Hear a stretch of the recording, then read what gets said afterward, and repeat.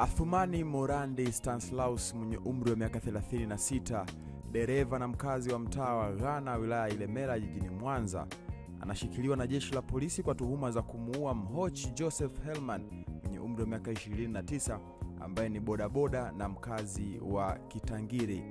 Akizungumza na waandishi wa habari, kamanda wa polisi mkoa wa Mwanza Wilbord Mtafungwa amesema tukio hilo limetokea siku ya Machi 21 mwaka 2025 majira ya saa 9 usiku katika mtaa wa Ghana, ambapo inadaiwa Athumani alimshambulia Mhochi sehemu mbalimbali za mwili wake kwa kutumia kitu chenye ncha kali baada ya kumfumania na mke wake. Katika hatua nyingine, kuelekea sikukuu ya Idi, jeshi la polisi limesema kuwa litaimarisha ulinzi katika sikukuu hiyo na kuwataka wananchi wote kusherehekea kwa amani na utulivu, huku likiwaonya watakaojaribu kuvunja amani jijini Mwanza. Nini maoni yako? Msikilize kamanda wa polisi akizungumzia mkasa huo. Usiku huko katika mtaa wa Ghana, kata ya Nyamanoro, wilaya Ilemela, zilipatikana taarifa za mauaji ya mtu aitwaye Mhochi Joseph Helman, miaka 29.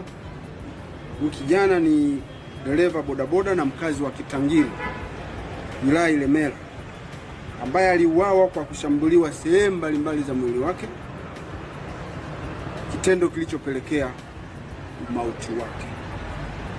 Jeshi la polisi lilifanya uchunguzi kufuatia tukio hilo na kufanikiwa kumkamata mtu aitwaye Athumani Morandi Stanislaus. Huyu ana umri wa miaka 36, ni dereva na mkazi wa Ghana, ambaye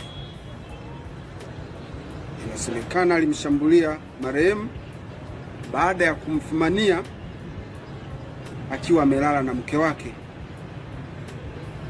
kwenye chumba chake cha kupanga. Kisha aliamua kumshambulia kwa kutumia kitu chenye ncha kali sehemu mbalimbali za mwili, tukio ambalo lilipelekea kifo hicho. Mtuhumiwa huyo amekamatwa na uchunguzi unaendelea. Chanzo cha tukio hilo ni wivu wa kimapenzi.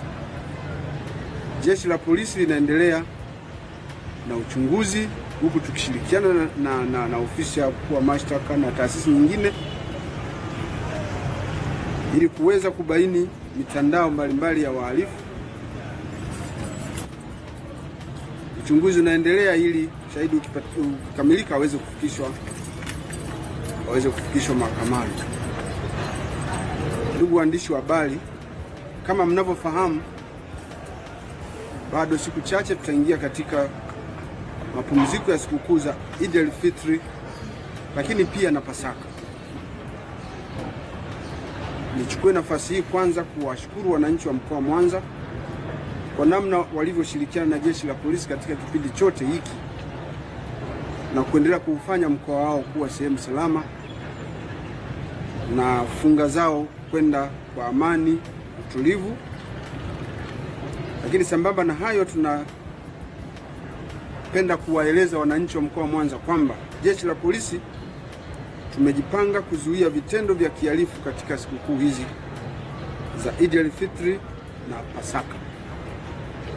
Mipango kazi mbalimbali ya mkoa, wilaya na vikosi imeshaandaliwa kwa kuwapanga askari maeneo mbalimbali katika mkoa wetu ili kuhakikisha kwamba ulinzi unaimarishwa maeneo yote.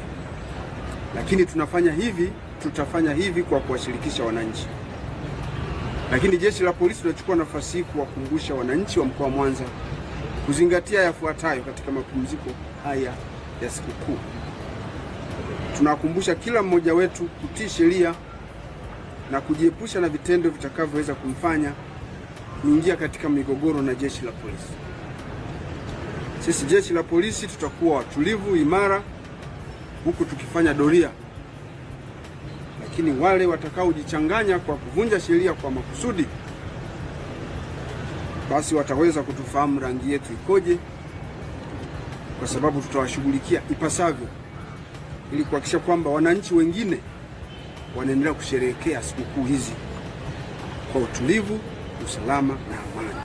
Hivyo ndivyo namna ambavyo kamanda wa polisi mkoa wa Mwanza Wilbrod Butafungwa amezungumza namna ambavyo tukio hilo limeweza kutokea, lakini pia wito wake kwa wananchi wa jiji la Mwanza kuendelea kudumisha amani, na jeshi la polisi limejipanga kuhakikisha kwamba litawatia nguvuni wale wote ambao watakiuka miiko na misingi ya sheria.